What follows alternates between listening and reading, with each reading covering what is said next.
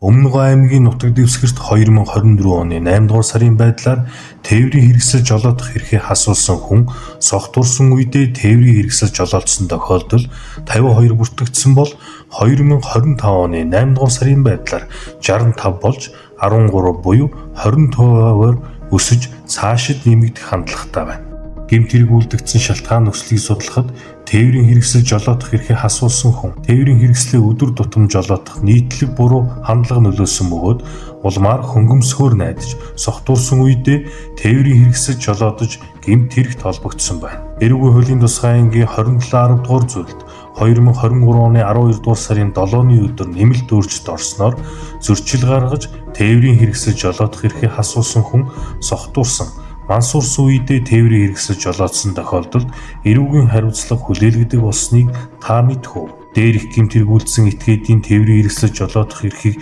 1 жилээс 3 жил хүртэл хугацаагаар хасаж 2,700,000-аас 14 сая төгрөг хүртэл төгрөгөөр торгох эсвэл 240 цагаас 720 цаг хүртэл хугацаагаар нийтэд тусдаа ажил хийлгэх эсвэл 6 сараас 3 жил хүртэл хугацаагаар зорчих эрхийг хязгаарлах эсвэл хорих ялаар шийтэгдэг байна. Та энэ хүү бичлэгийг бусдад түгээж ойр дотны хүмүүсээ гэмт хэрэгт холбогдохоос урьдчилан сэргийлэхээ мартаоцай.